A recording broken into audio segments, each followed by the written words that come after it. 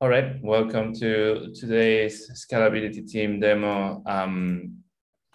I have the first demo on the agenda, and well, this is not something that I can completely demo because it takes around 40 minutes, but I wanted to talk about what we did with the Packer images, which is what we are using as a base to our always upgrade process, specifically the GitLab nodes. And so what we did is that we built this process into CI to make it more repeatable, more reliable. And so if you go to the config management project now on ops and go to the schedule pipeline, I created a pipeline for staging. Actually, what I could demo is creating the one for production, which I can do now. This is documented in the Packer README now, that what you do is that you create a pipeline and you put, these are not secrets, this is so good to share. And then you establish, well, you need this build Packer images pipeline. This is just a condition so that we trigger the job. And then you populate certain stuff. The most important one is which omnibus package version you want to build. So you specify a full version string and then trigger this pipeline, and then you get a job that is going to build a pipeline with that omnibus package version and run Chef client and do all of that. I can actually show the last pipeline, which will have been the one that we used for the staging, upgrade, rehearsal. So it gives you this build that, as I mentioned, lasts for about 40 minutes. And then at the end, you get a disk image was created, and then you can use this disk image to reveal your machines. And this has the benefit that the actual downtime that you'll get will be just from rebuilding the machine, and that's we've timed it at about 3.5 minutes. So it's very reasonable, contrasted to half an hour or whatever you need if you were just starting from the base Ubuntu image. I think it's in between, because it was something like 15 or 10 minutes. Do you remember, Igor? Yeah, I think around 13 or 14 minutes. Yeah. Yeah. To do it from the base image. Yeah. Yeah. Yeah. There's like a couple of reboots in there and lots of package installs. Well, I don't know. Did you ever get timings on what is most expensive, Igor? Because it's hard. You can't just sit there and watch the logs come by, or can you? I mean, I think you can kind of see a lot, but I didn't do any in-depth analysis on that. Yeah, you just trimmed stuff until it didn't. There was nothing left to trim. Yeah, I mean, we also want to keep it as close as possible to what we already have, right? This is what we know works. Yeah. I did sit watching the logs while I was building this pipeline, and it seemed to spend a lot of time in the unattended upgrade step. Like you will get that log line. And is something streaming out those logs? I guess Chef goes to standard out or something, and that goes into a logger, or how do we see them? We're actually not using the Bootstrap script. I'll need to show this thing. So if you look at our metadata, we do have a shutdown script, but we're not actually using scripts Bootstrap as the Bootstrap script. We're calling it manually, and this is a bit hacky in the sense that right, and Packer logs its output, so we're seeing the Packer outputs. Exactly. Right. Yeah. This is a bit hacky. I figured go ahead. I figured otherwise you would need to use a virtual console or something to see what the machine is doing on boot. Yeah. Yeah, this is precisely why we did it this way. Yeah. This is yeah. So this was what I was gonna say. Oh yeah, I was gonna say there's something a bit hacky, which is that you kind of have to predict how many times it reboots during the process, because since you're not using a Bootstrap script, this is something that Igor solved, that you have to manually then do the Bootstrap, and we just expect disconnects so that we allow those shutdowns to occur. And 5 is a magic number where everything that needs to happen has happened. Yeah, it seems to be that way. Yeah. Cool.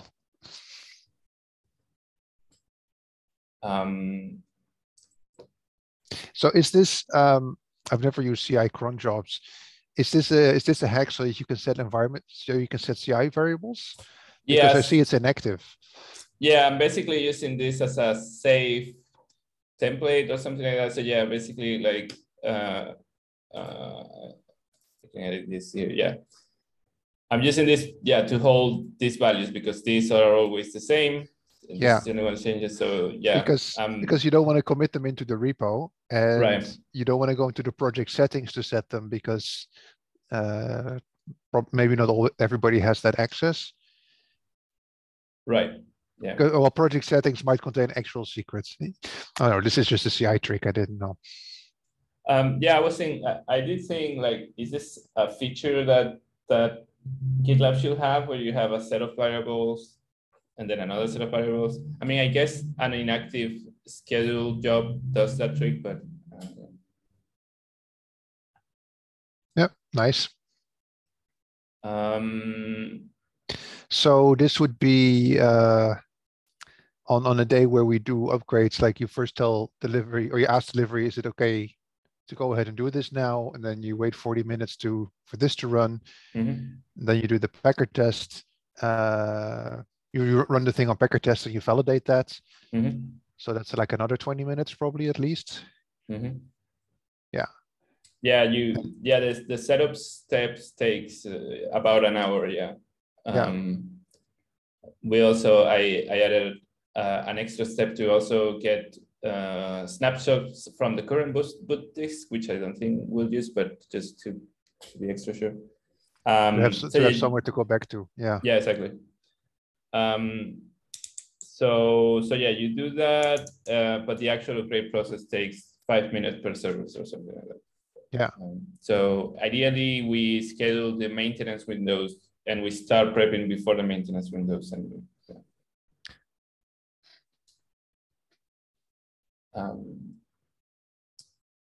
I guess I can mention, like, one thing that I wasn't sure is, so I did think, okay, we should probably snapshot the current boot disk, but I do think that if we were to roll back, and I want to, next time we do a staging, because we did the first staging batch, so we're still missing the second. For the second batch, we should probably test the rollback procedure, but I actually think that we should consider as a first option not trying to use that image that we take from the pre-state, because if you go that route, you have to create a new disk from the snapshot and then swap the disk attached to the machine. I think if we are going to roll back, it's easy to rebuild using the Ubuntu base image. And the existing bootstrap script. Yeah, exactly. And then it just takes a little longer, but we do the exact thing that we always do. Yeah. Exactly. And then there it will take like 15 minutes according to what you tested before. But still take the bootstrap disk snapshot at the beginning, just if in case that doesn't work, then you have a plan B. Yeah, maybe there's some interesting state on there, but yeah. Well, that's also something, another reason why I thought to do the snapshot is that because we have had in the past little changes that were done directly on the machine that are not reflected on Chef, and that it has happened that we lost a machine and we had to rebuild it, and then it didn't work because it turns out that there were stuff that we did outside of Chef, configuration changes or something. And that's not ideal, and that shouldn't happen, but in case it does happen, yes, we should have a backup.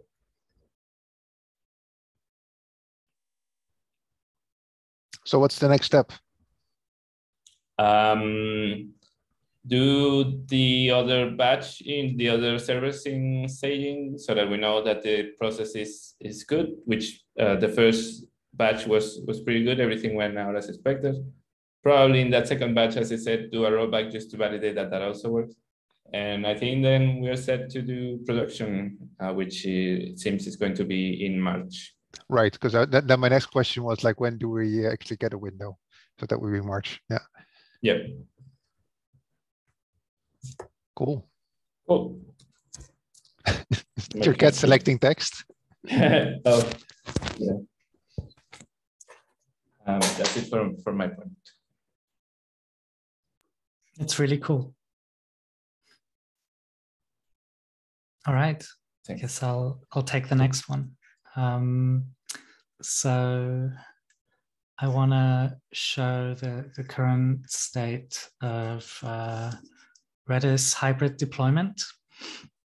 So what we want to do for the migration path into Kubernetes is to have a hybrid deployment where we add pods as replicas of the existing VM-based cluster, and then ideally have the ability to fail over between them. So we have an easy way forward, but also an easy way back.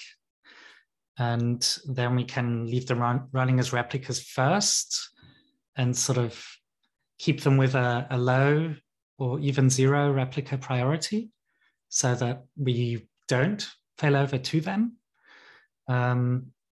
And kind of go step by step. So a lot of work that Skarbek has been doing, and a lot of what I'm going to be doing today is stuff Skarbek has been working on,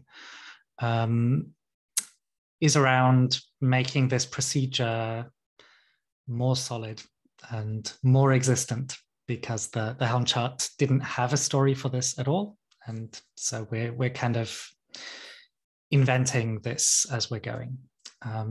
So one sec, I just remembered one setting I want to remove. Okay, so I'm going to share my screen.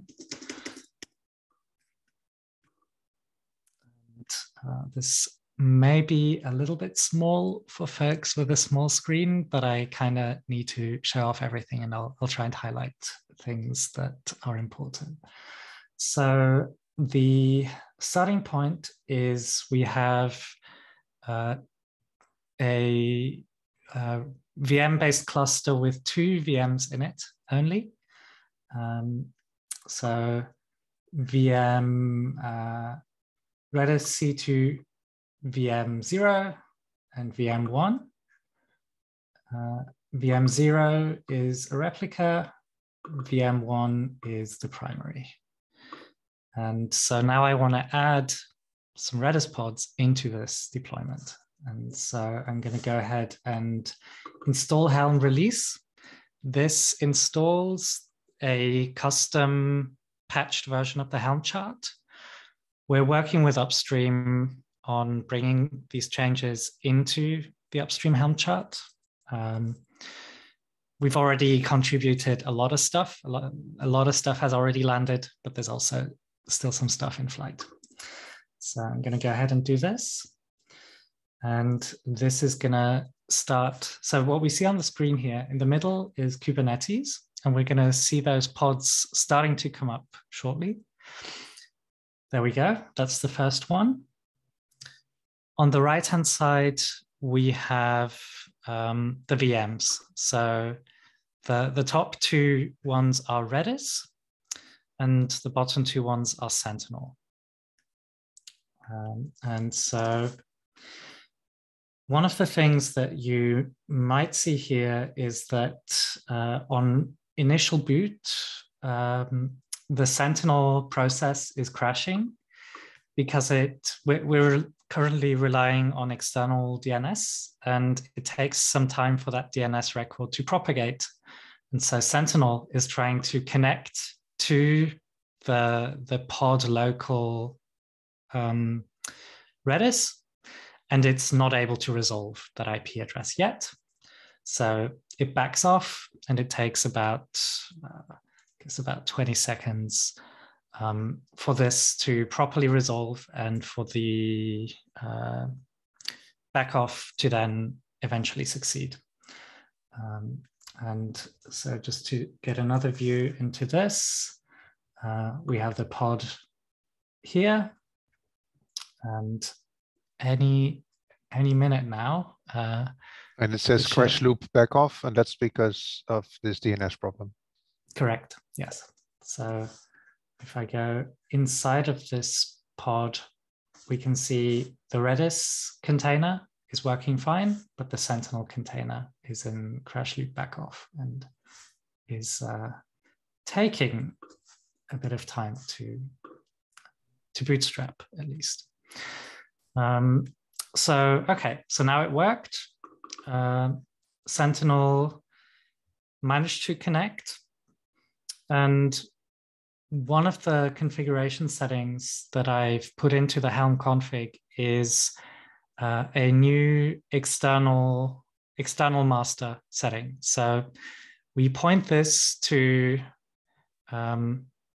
actually any one of the VMs. It doesn't have to be the master. It can be a non-master VM, but it sort of needs to be part of the VM-based cluster. And so that's how we join those two deployments together into this hybrid one.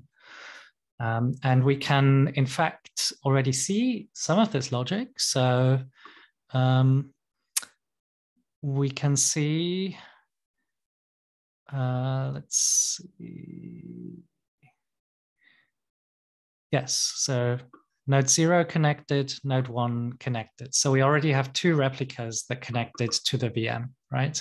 And just to double check that, I can also look at the role for VM1.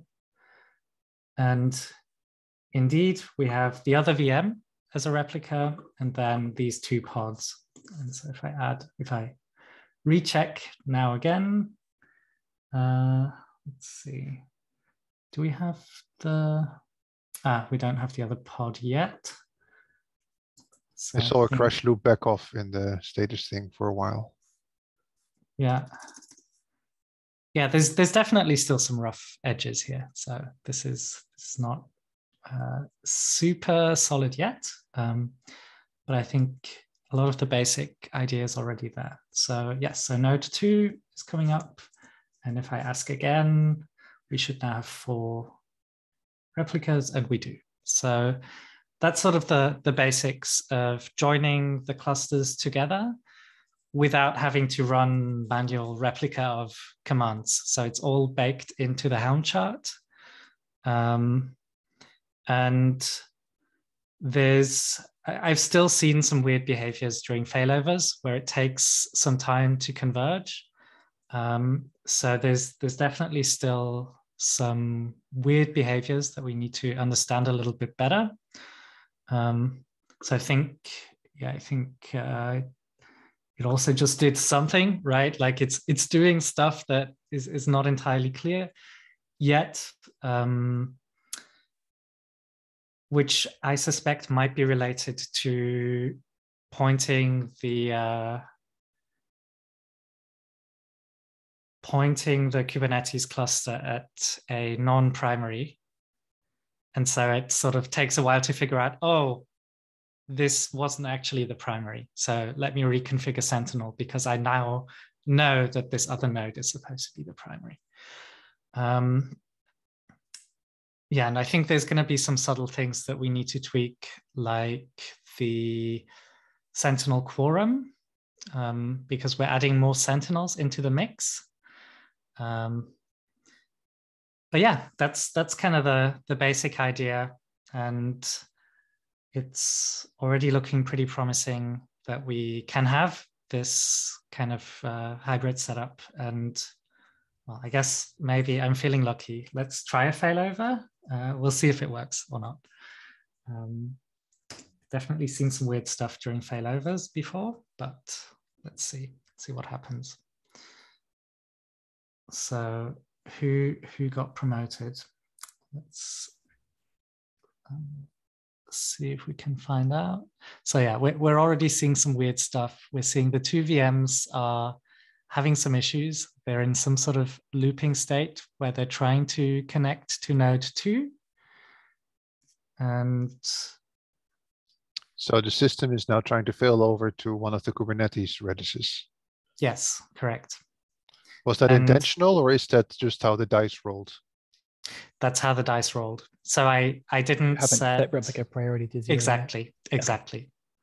That was the setting that I was changing right before I started. So yeah, and so this is actually behavior that I've seen even without a VM-based setup. So even with just Kubernetes pods, this type of thing has happened before, where the elected primary tries to connect to itself, and then everyone else is trying to connect to it, and it just does weird stuff, right? Does it recover, or does it get stuck? It usually recovers, but it takes about 2 minutes to recover. So yeah, I think let's see what happened in this case. Yeah, so I think in this case, we actually performed another failover. So we were trying to fail over to node 2. Node 2 was trying to connect to itself. And then we failed over to node 0, which we can see here. And it looked like that actually succeeded. And it looks like it recovered here as well. So this is Sentinel at some point noticing that something is off and performing this fix slave config, where it reconfigures, in this case, node 2, and says, by the way, we've got a new primary that was elected. So please connect to that one. And so now node 2 is connecting to that one, and we're in a good state the one that was, again. And node 2 was the one that was initially promoted? Correct. Yes. Yeah, okay. And node 0 is a VM? No, that was my question. It's also a pod. So and we don't know why node 0 can connect to itself. I don't know why this connecting to itself thing is happening. I think there is some bug somewhere that is leading to this situation, and we still need to figure out what is driving that. I wonder if it's I wonder if working with host names is wonky, because Sentinel was originally designed to work with IP addresses, and the support for host names got bolted on later, and maybe there are some funny things you have to do or not do when you're using host names. Yeah, I wouldn't be surprised if that were a factor, definitely. Yep, that's pretty much all I had. That was great. Thanks for sharing that. Thank you. All right, Jakob. Don't go away now, Jakob. No, sorry, I turned a lamp on. Yeah, I put other Redis on the agenda because there is an open incident that, well, half of the people in this meeting have been looking at least. Alejandro, because he's on call, and because I stumbled into it, but Bob has also been looking at it, and Sean has been looking at it. So we've been, a lot of people have been looking at it. The incident is, it's 6.3.20, I think. So it's about the Git service. That's the Git service has a tight aptex SLO, and it's sort of flapping in and out of its aptex SLO. And if you dig into what's happening, the things that are slow are Rails requests and the Git service. And then if you look in the Rails logs, it turns out that all the slow requests spend 95% of their time talking to Redis cache. So it's actually a Redis cache problem. And so we have latency spikes in Redis cache, and they're surfacing in the Git service because that has a relatively ambitious latency SLO. And I guess that is because the Git service has homogeneous traffic compared to the rest of the site. Like, it's usually just the user comes in, we look up the user, we look up the project, we say yes or no. So the Rails requests are almost always the same thing. So it's easier to set a tight SLO on it. And there are 2 issues on our issue tracker that Andrew created based off of Tamland, where Redis cache looks funny. And one of them is about memory use, and the other is about CPU saturation spikes. And the good news is that we know why the CPU saturation happens, but the bad news is that this is not explaining the latency. So maybe it's the memory thing. So the CPU spikes are happening because of Chef. If you look at let's see if I have this still open somewhere. Sorry, I didn't prep this.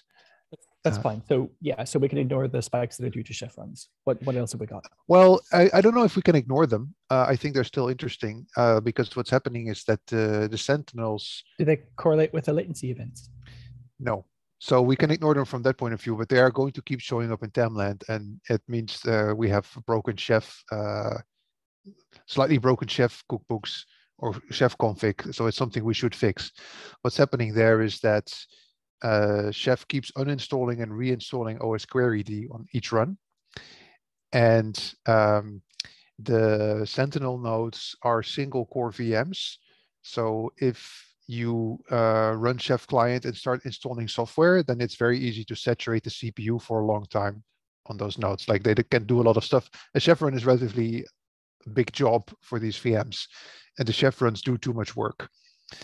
And because the saturation graphs of the Sentinels get bundled up into the saturation graphs of the Redis cache service, we get CPU, the CPU, some of the CPU saturation graphs look bad. But if you drill down on where it's coming from the Sentinels.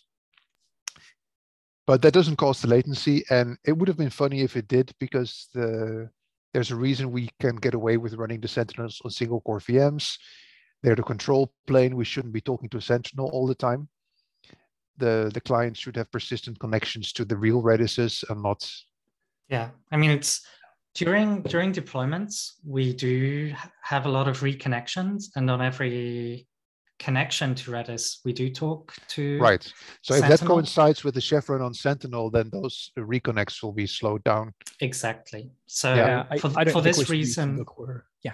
Yeah, we should resize the VM to have at least 4 cores. Yeah, that is probably the most. We should also fix the chef thing, but something like that's going to happen again. Yeah, exactly. I was going to say that's yeah. Okay, so yeah, but I bet that's not what you wanted to talk about. It's one of the things I wanted to talk about because it shows up in Tamland, and it's one of the things we do as Scalability is to try and understand funny things in Tamland. So, and I just realized this today because with Alejandro's help, I just turned off the chef client and let it be off for 2 hours, and then it became clear that those CPU spikes went away. But those don't explain the latency. The latency is the real problem. And the next thing I think I would be looking at is the eviction behavior, because Bob pointed this out. Because we're going to have periodically beating eviction behavior on this on Redis cache, because it's an LRU. Like we just let it fill up, and then we ask Redis to throw things out. But this is I haven't even looked at what this would mean and how to verify this or what we can do about it. But maybe the eviction activity is too much work, and it's causing latency. Which when I say it out loud, that seems very natural, because garbage collection causing latency is a common problem, and it's a form of garbage collection. Yeah, we've definitely seen that pattern of behavior in some past incidents. And this is reminding me of Igor. You may remember this. We have definitely seen events where microbursts of eviction events and garbage collection can potentially be driven by let's see, client buffers count against the memory budget. So depending on how we've got Redis configured, that can potentially drive eviction events as well. So if a client has a large response, or many clients connect and need buffers allocated, this can actually drive microbursts of eviction events, which kind of self-amplify the memory burst. It could also be that something in the application is storing unwisely large blobs in Redis. Yes. And if you do that, then you also change the rhythm at which you evict things, and maybe we're just evicting too often. Yes. Or yeah. So if that's happening, there are some. You get the other thing too, because then if these things get read back, then these buffers also fill up. Yeah. Absolutely, and there are some distinctive patterns that we can identify in perf profiles. On Flamescope is really useful for finding if those events are happening on a small time scale. So I would suggest that as a next step. Just I'm just talking about some past analysis that we've done. I have not looked at this particular incident. I've been diligently not looking at this incident in an effort to do project work. And you're dangling a carrot in front of me, so I'm not sure I don't mean to. I'm not out of ideas yet. So if you don't, I'm not asking you to drop your project work. Let me put it that way. Because another lead I wanted to follow is the periodic scan that Craig set up, where we look at the big keys, because it might be that if a big key is to blame, that it shows up there, and that could lead to a clue. But I'm happy to hear about past. Yes, I would suggest as maybe not your very next step, but as something to do in the near term. Capture is there a periodicity to this kind of, but it's not super regular. So I consider just. I mean, I could just set up a very long perf and try to catch it that way. Yeah, the thing is, you need to run a fairly high frequency perf. Like I would say 497 hertz would be reasonable for this. And that's not. I don't want to do that for 10 minutes. Exactly. Yeah. So if we know roughly when an event's going to happen, that's great, because we can sub-select timeframes within time span. When we were looking at these, this one misbehaving GitLab server, I did some stuff where I made like a triggered perf. Yeah. So I could come up with a trigger, and it's not going to be the same trigger as it was on that GitLab server. But if it's what I suspect, then I don't think it's possible to get reactive enough to see the lead up is the most interesting thing. And these, as I recall, I think these microbursts were on a time scale of like hundreds to a few thousand milliseconds. So it'd be hard to be reactive enough to catch that if you're not already running the collection. True, but you see a very clear ramp in the graph. So I could, if I can latch onto the ramp, I can just say, I think we're this far away from the peak, and I'm going to start recording. That's true. So if another possibility is to just run a 10-minute record at 99 hertz and see what we can see, and we may get lucky enough to be able to see it. It's much harder to see microburst activity on that short a time scale and have a discrete signature, but it should give us some clues. So I think either of those would be reasonable next steps to kind of to qualitatively find what kind of events we're looking for. So what did you do about it last time? Or what did we do about it last time? Yeah, this was like a year ago, so my memory is really fuzzy. I think I think that we. I remember one of the things, which was go for it. Tuning the timeout duration for when the Redis server disconnects idle clients, because one of the correlations that we saw back then was that this was also coinciding and not quite clear which of the two is driving which other one, with bursts in reconnects or new connections. And so we kind of kept those connections alive for longer. Yeah. I haven't noticed that. Yeah, I mean, it might be What's- completely different thing, Right. right? In that case, did we know where the reconnects That was how came we from? realized that the client buffers counted against the budget. Hmm. So these bursts of reconnects were, the individual buffer sizes weren't large, but the number of this was thousands Yeah. of reconnects coming in over the span of like, a few seconds. Well, if that happens, we have counters for the reconnect, so we should that should clearly show up in the Yes. connection counters. Yeah. Did we ever find out what was doing so many reconnects? Like why? Yeah. It was literally that we had a large number of clients that had relatively infrequent need to use those connections. So the connections would eventually reach their idle timeout, and then so Redis was kicking them out. Yeah. But then why do they all come back at the same time? Because they expire at the same time. Yeah, but if the clients use them infrequently, Yes. that also suggests that there's some synchronization on the clients the clients have to be quiet for long enough that Redis decides nothing's happening here. It may have even been the an reconnect idle is client lazy. side. Yeah. I think it's lazy, right? So only when there's actual demand coming in will we create new connections again or reconnect. Yeah, but then if they come in a burst, that means that on the client side, there's some coordinated behavior or some beating behavior that causes all these clients to connect at the same time. I know we got to the bottom of it, but I don't remember what it was. Because that would be my question: is like, which clients are doing this and why? Mm-hmm. But okay, we don't know. The other thing that I remember as an outcome from that was that in Redis 6.2, there's a lot of improvements to the eviction behavior. And we were kind of banking on that improving things. As it so happens, Redis 6.2 was just merged into Omnibus, but doing those upgrades takes a long time. So I can't make any promises about when I will work on those, but it's an option worth considering. Right, but for that then we would need to know more about what's wrong to have confidence. Like either, I don't know if we can accelerate the upgrade, but then we would have to have some confidence that it has a reasonable chance of doing something. And again, I think there's a very reasonable expectation that like one of your earlier guesses, Jakob, was that a client could be injecting large keys. I know that we've had instances of that in the past.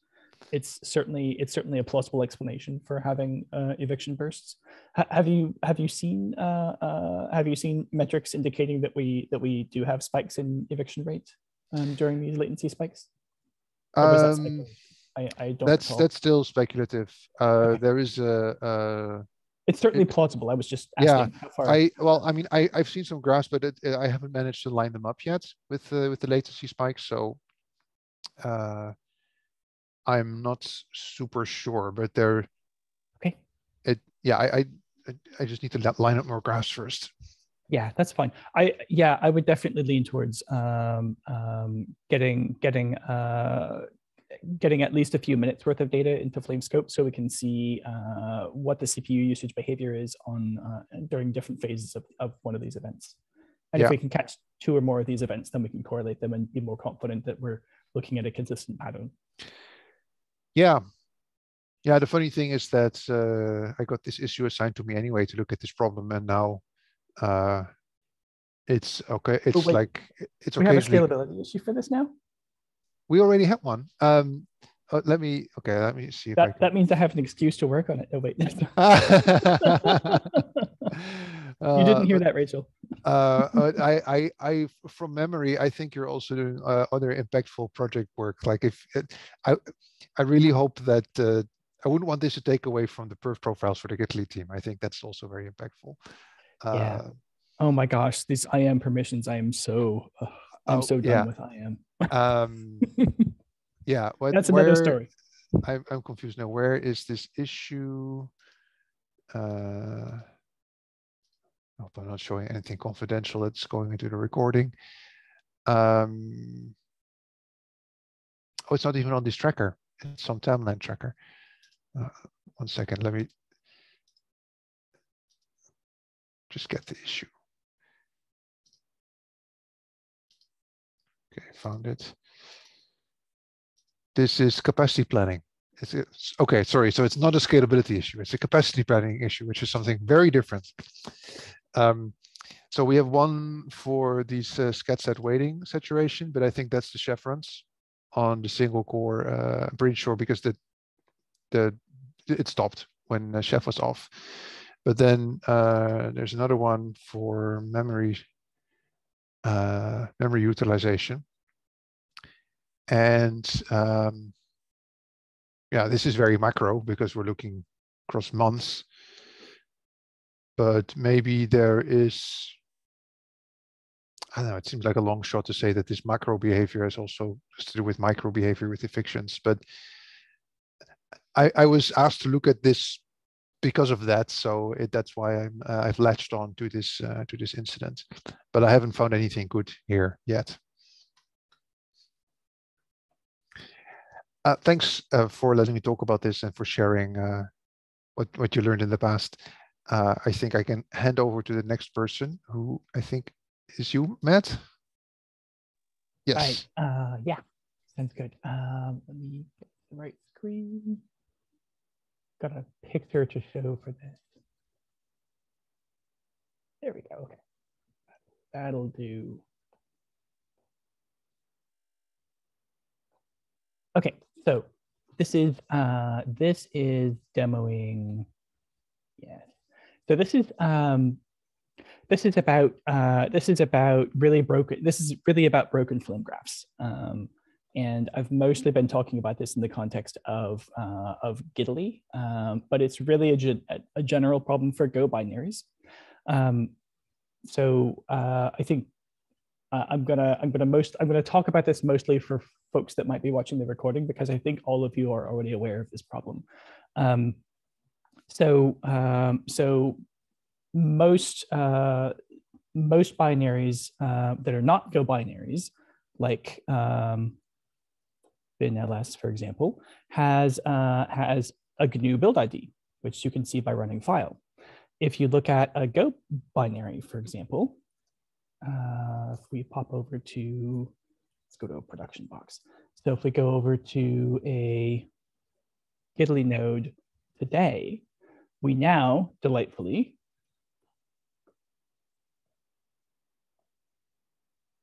have, sorry, I can't type as fast as I can talk. We now have not only this, oh, it doesn't show it anymore, that's fine. Matt, are you sharing a terminal? Because I think I'm still seeing your browser. Oh, thank you, I'm sorry, yes, I am. I'm so in the habit of sharing my whole desktop, I forgot that I just did the screen there. Okay, so binls, sorry, let me recap briefly. So binls is an example of a C binary. It's got a GNU build ID here. Our Giddily binaries now, as of a few days ago, now also have a build ID, which we can see here. They already had a Go build ID, and now they have a GNU build ID. And this means that this GNU build ID is used as a cache key for, it's used in two ways by perf, which is one of the common tools we use for profiling. It's also used by other GNU tools, but I'm going to focus on perf because that's our main use case. So, so this the GNU build ID, unlike the Go build ID, can be used by GNU tools like perf for several important things, two of which really matter to us. One of them is when we run a perf profile, like, I wonder if I actually have an example I can look at here. Oh gosh, that's a bunch of scratch files that we haven't cleaned up. Oh, yeah, that'll work. That's perfect. So, so here's a perf data file from a few days ago. And if we ask perf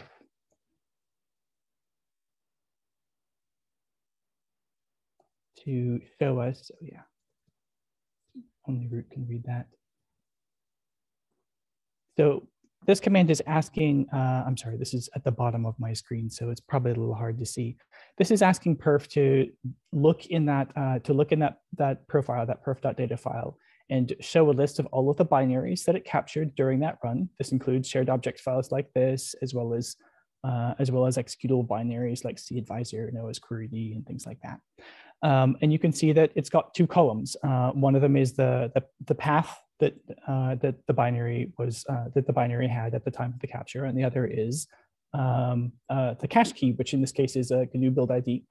And then for a lot of these binaries, we don't have a value. It's null, and GitLab is obviously an important member of that.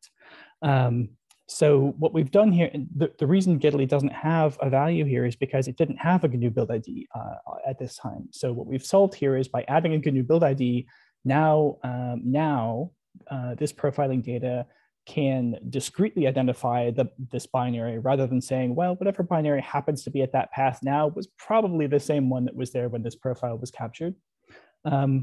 Let's assume that it is and use it for symbols. So here's the problem. Switching back to the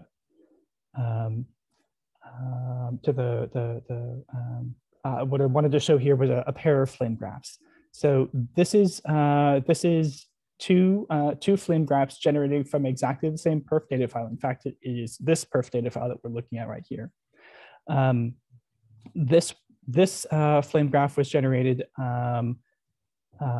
with the original binary by running perf script seconds after the perf record was run. And this flame graph consumed exactly the same data file, the same perf.data file. But it was done a few days later after another GitLab was deployed. Now we deploy GitLab, as you all know, we deploy GitLab fairly often. In this case, let me take away the in this case. Every time we build GitLab, there's, if there's any source code changes at all, it's very likely that the symbol table is going to have different mappings for what address is the starting address for each function. And this means that inferring which function when you're doing unwinding of a stack, this means that identifying which function the current stack frame is in the middle of can give you incorrect results based on lookups in the symbol table. And one of the funny things here is that if you cannot unwind the stack frame, you just get an unknown. But for whatever reason, perf is finding things, but they're all wrong. So it both looks like, because if you look at flame graphs, sometimes you have a flame graph here, just a big tower of unknown stacks, and you don't know. It's very clear that you don't have the data, but here you can. Sometimes it's really close to a same flame graph, but it's not, because it's just jumbled the table from another binary. Exactly, and the main difference. That's exactly right. So I wanted to demo in this case, I wanted to demo the scenario where you get incorrect function names, incorrect symbol resolution, because it's I think by far the most insidious case. Because if someone's working on doing an analysis and they get wrong data, like what we've got here, all of the highlighted frames here are wrong. By the way, I did the comparison with the correct flame graph here versus the incorrect one, and pulled out regular expression fragments of the incorrect stack frames just to make the highlighting easier, because I didn't want to do it by hand, and I wanted an easy way to paste the same regex in both of them, so you can see very clearly that all of the ones that are highlighted down here are wrong. There are more wrong ones. I just stopped after like 10 or so. And they're not all wrong. Like some of these are correct, like the chain stream server func 1.1.1. Those are correct symbol resolutions in most cases, but many of the other ones are wrong. So this is really frustrating situation for someone doing analysis to have incorrect data. It makes people appropriately mistrust the tooling. So I feel like it's an important problem to solve. We have, as of a few days ago, we've solved it for GitLab, because our GitLab binaries do now have GNU build IDs. And in going forward, that means that we the perf.data files will now actually contain an ID. So we won't have to just make the assumption that whatever is at the path now is the same thing that was at the path when the profile was captured. And it also means that we get a copy of the binary at the time that the profile was captured, added to the build ID cache, which again is keyed on this value. And so if you don't have a value, you can't add it to the cache. So combined, this means that we can be confident that that in this scenario we'll get unknowns instead of incorrect data, because the perf.data file knows exactly what the binary's ID was. And B, it means that we're very likely to actually be able to, rather than getting unknowns, it's very likely that we'll be able to get the correct value because we'll have copied the correct binary with the correct symbols into the build ID cache. So this makes the profiling the profiling results both more reliable because you don't get incorrect resolution anymore, and more complete because you're less likely to get unknowns for binaries that do have symbols, which are Go binaries typically do have a healthy set of symbols. So that's what I wanted to demo very quickly. Thanks. I have a question about that because that I'm still a bit confused about. A while ago, we made a change in Omnibus to make sure that we always restart Gitly after deploy, and just almost always, yeah. From practical experience, that seems to have made these jumbled flame graphs way less common. So is this solving the same problem differently, or did... No, that's a great question. These are complementary problems, in my opinion. So the frequent restarts makes it less likely to get unknown frames, but it still doesn't let the build ID cache get populated, and it still doesn't actually make the perf.data file discretely reference what binary it came from. So if you ever go back to that perf.data file and try to reprocess it, you're still very prone to getting either missing or incorrect resolution. Right. So the way I use perf is I have a script, I generate a perf data, I do a perf record, I get a perf data file, I run perf script, and I never look at the perf data file again. Mm-hmm. And the perf record and the perf script are right behind each other. Right. Not everyone does that. In that use case, does this still make a difference? Because if I understand correctly, it does not make a difference in that case because I just never go back. Like, because the next time I run perf record, the old perf data gets overwritten. Right. It means that the window is very short. It's the window is for the window for getting missing or incorrect symbols is essentially, did someone replace the binary between the time when you were running perf record and perf script, which should be on the order of seconds or minutes, perhaps at the most. Yeah. So given how infrequently we deploy, for some measure of infrequent, it's unless you run it during a deploy, you should be fine currently. Yeah, that's exactly why. That's exactly why the case as well. Exactly. That's also exactly why the generic scripts that I have in user local bin do the same thing. They pair up the running perf script immediately after the completion of the perf record because it avoids this condition. Yeah. But I will say that it is super useful in certain cases to be able to reprocess the perf.data file. I'll give you two examples. Yeah, because I don't know what you can do with the perf.data file. Like, can you copy it off the server and still do something useful with it, or do you need to copy the build ID cache with it? Yeah, well, I'll without giving any. This isn't sensitive, so I'll just not mention them.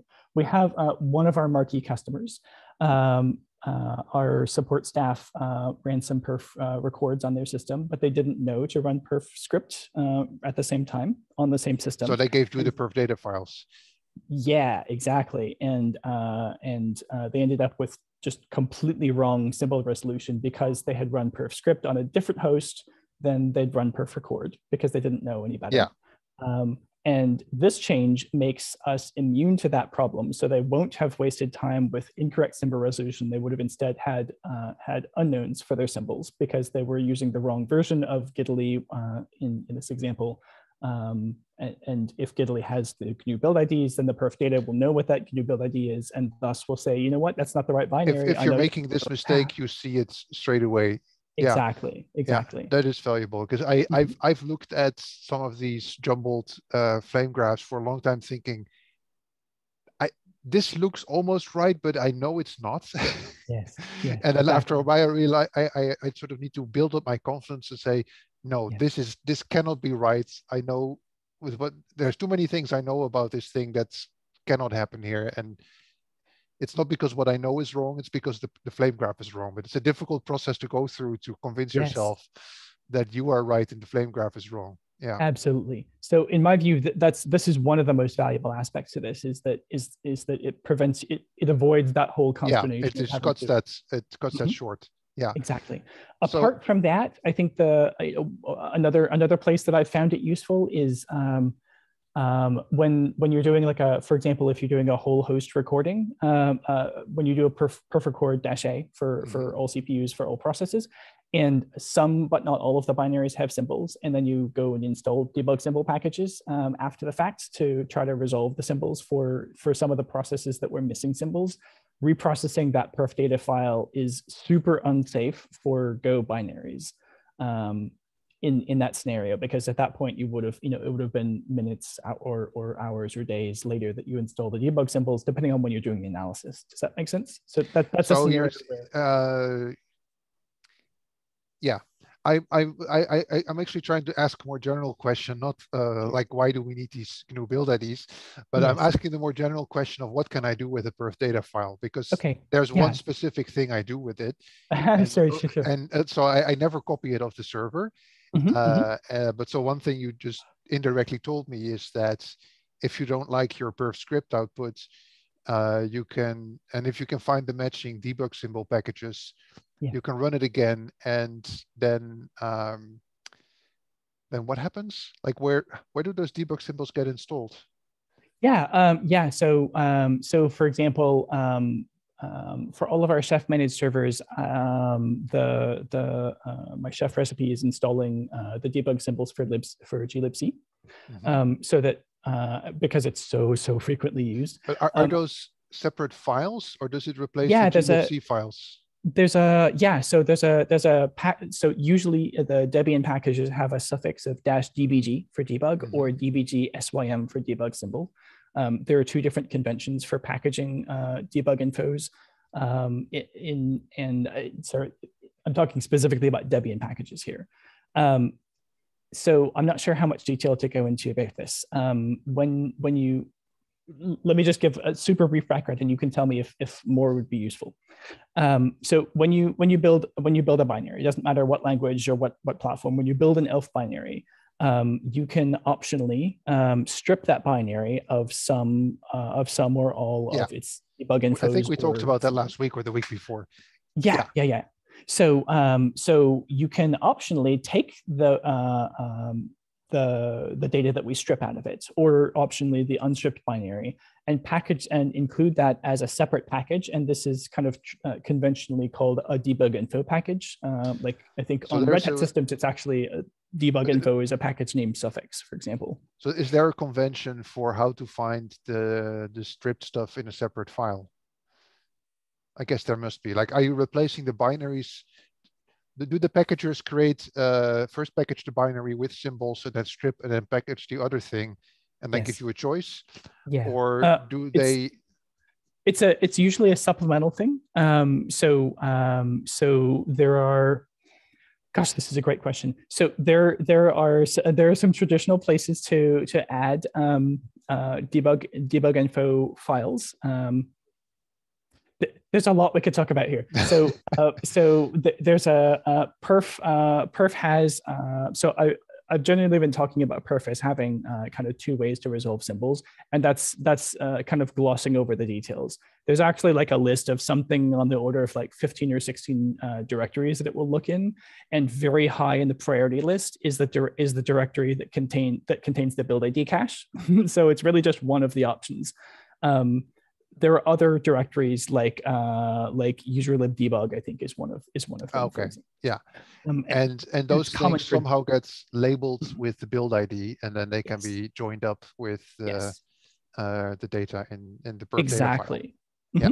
Another way is that the binary itself can actually have the ELF binary that we're actually doing profiling on can optionally have a section called GNU debug link that explicitly says, here's the name of the file that contains my debug info. Yeah, exactly. Yeah. And it's usually not a complete, it's usually not an absolute path. It's usually just like, the name of the file and then conventionally that file will be optionally potentially installed in some one known of the directory. standard. Yeah. Exactly. Yeah. So yeah, those are some of the ways that you can provide that supplemental information. Yeah. So you can go back and fill in the blanks on a perf data file because of Linux packaging conventions. But yes. still, if you want to do,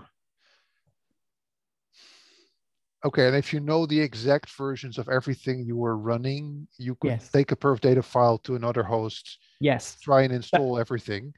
In that marquee customer example I mentioned, that's exactly what we did, because we happen to know exactly what version of the GitLab Omnibus they were running, so we installed that, got the correct symbols on a dummy host with a copy of. And all the interesting stuff was in Omnibus, so you really only needed to put Omnibus on there. Yeah. Exactly.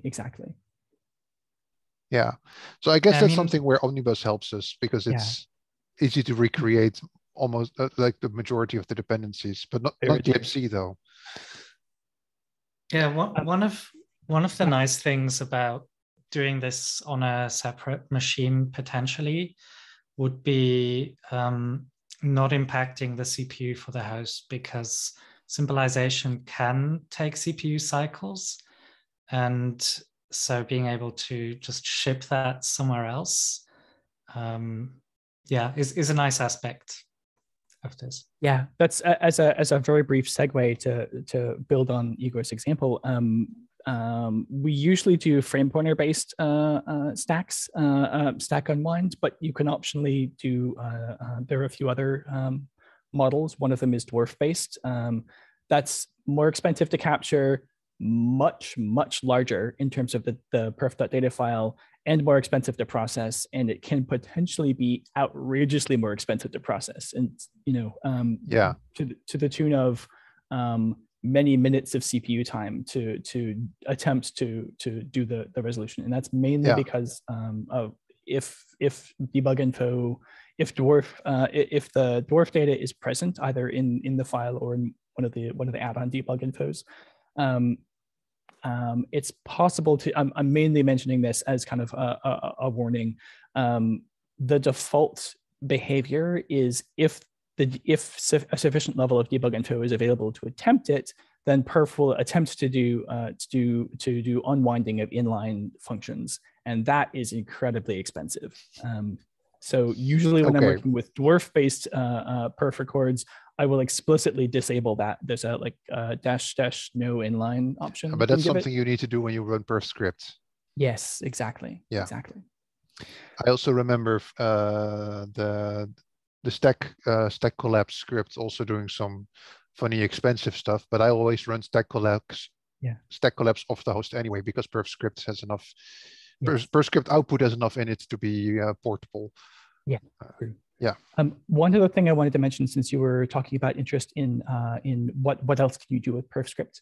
Perfscript has the default output format is really useful for what we generally do with making flame graphs, but it actually has a lot of different output formats you can use depending on what events we're capturing. So when we're doing the default timer, CPU-based timer events, even with just that format, with that event as the recording side, it's sometimes useful to get the default output format for perfscript. In that case, it gives us process ID, but not the task ID, the thread ID. Sometimes it's useful to get a breakdown by thread ID, and for that you need to run perfscript again with a different format string. Right, but in a flame graph, you throw away the process ID anyway. Well, you don't have to. That's the thing. In the flame graph, right? But if you don't, you blow up the number of columns in the columns. Yeah. Mm-hmm. Yep, absolutely. So, and I think that's why it's nice to have that not be the default behavior. But there are some cases where I do want that. Like actually, Redis is a great example. Yes. Getting Redis to- has a static number of threads, like Yes. a fixed thread pool. We're not constantly restarting the thing, so that is an obvious candidate. Yeah, but in Yes, the case of exactly. analyzing GitLab servers, we have so many transient processes that we Yeah. really don't want to see the PIDs, because that's just going to be a big mess. Yeah. Totally. So yeah, that's I'm thinking about cases where I've wanted to go back and rerun perf script on an existing perf data file. And I think those are the two most common ones, of actually wanting the per thread output and wanting to reprocess the perf script output after adding debug symbols. Yeah. Right.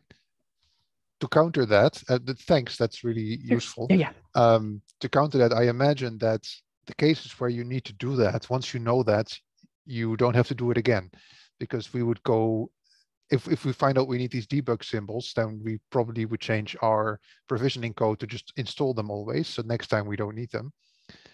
And if we know that, yes. and if we know that we're profiling Redis, then we're going to write a perf script command that does the right thing the first time. Like it's for dealing, the examples are situations that are not changing all the time. Yeah, like I would say I'm not trying to be argumentative. I'm just thinking practically what I would do. Yeah. Sure. Yeah. No, I agree. I think that so kind of practically speaking, most of the folks that are on call don't spend a lot of time doing profiling, and the whole reason that I made those usual go bin scripts is to make it really easy to capture data. So I think it's likely that most of the on-call engineers, if they think to capture a profile, are probably going to run one of the, going to run the script that says capture everything on the host for 60 seconds, because it takes no argument and it's easy to do. And if we want to do post-processing on that, after the capture, then that's where I think it's also helpful. Right. Yeah. I think. But yeah, I think. Go ahead, Igor. Where I would see this being pretty useful is for events that are pretty rare, where we don't capture them that often, and there really will want to spend more time with the profile. Yeah, you want to mine whatever you have. Yes, so you want to kind of look at it, peek at it from different kinds of points of view, and they're having the ability to go back. And we actually saw this recently during one of the weird Postgres issues, where we did capture a perf profile, and we could then go back and look at, for example, a specific PID and cross-correlate with, say, Postgres logs, and saw kind of a slow query in the Postgres log, grab the PID from that, cross-reference that with the profile, see some of the stacks of why of that particular PID a long time. And so those situations, while kind of hopefully rare, and like most of the time we'll just get the flame graph and that's all we need, I do think having that capability in those situations can make a big difference. Yeah, thanks.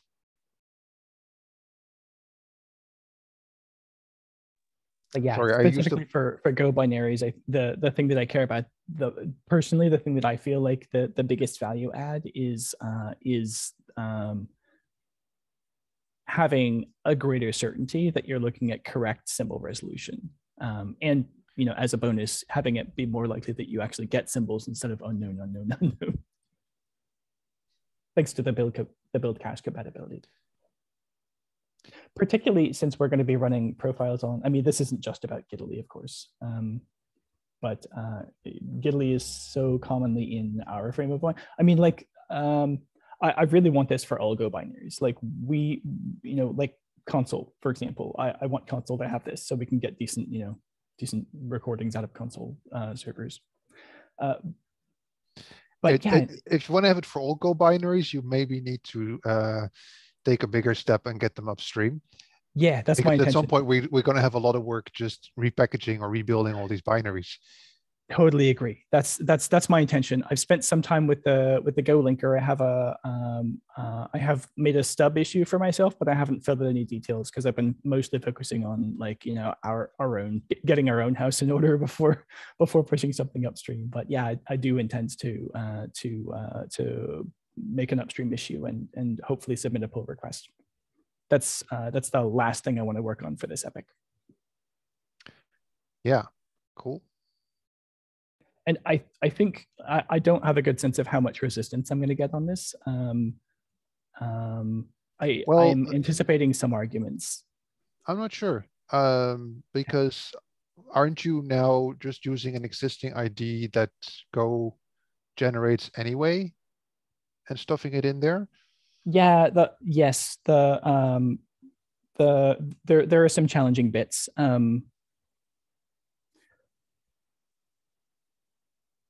One of the challenging bits is kind of order of events. You don't know the ID until it's too late, and then you need to go back and put it somewhere. And exactly. So I think the easiest thing to do is to say is to let is to have the section populated with this. This is something that I think is a common practice in network protocols, where you'll perform the checksum with a null value for one of the headers, and then for the checksum header, or just ignore the checksum header when you're performing the checksum, and then populate the value in. Sorry, I'm digressing a bit. What I'm thinking is I'll add the elf section for the GNU build ID, leave the value and get all zeros or something. All zeros. Pick a size, leave the value as all zeros, then let the Go build ID get calculated with that as one of the elf sections, and then backfill the value. That's what I'm hoping that will work, but I'm not sure if that's But that sounds to me more like a technical issue. Like, can you make it work in a good way? Than whether the Go team will welcome these IDs. Because I find it hard to imagine that they'd be against them. It sounds more like a technical challenge to me. Yeah, I think so. Yeah, like I think that the interface. I'm more and more of the opinion that the interface that they provided, while useful, is just really kind of hopelessly broken, because it forces someone to pick a build ID before the build actually happens, rather than after the build. If you use -b. Yeah, and that's that doesn't work. No. One thing that they do care a lot about is the speed of their builds. So if in order to have these IDs, you get a performance regression on build speeds, then you probably will get pushback, because I think ultimately they'll care more about their build speeds than about having these IDs. So I don't know. This is my gut feeling. So okay. That's well, that's cool, because I don't think this is going to add much to the build speed. So that I hope that is. I think a lot of their engineering effort goes into making builds faster, because it's something they're proud of, and that was a design goal from the start, and they worked a lot on over time. And they have, I think I mentioned Ian Lance Taylor, who is the GCC Go maintainer. I think he's the author of GoLD, which is like one of the main open source linkers. So he's sort of a linker expert. I don't know. They care, but I think if you don't break performance, I don't see why they would not want these IDs in there. But you can only find out by showing up with the patch, I think. Exactly. Yeah, so that's where I'm at. I've got an idea of how to do it, and I haven't started implementation. But I'm looking forward to it. This is something cool. I'm excited to give a shot.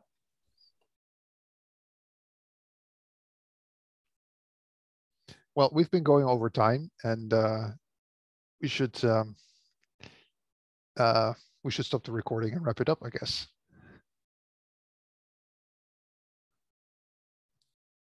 Cool. Well, so now the important part is to stop the recording before you hang up. Okay, I'll stop now.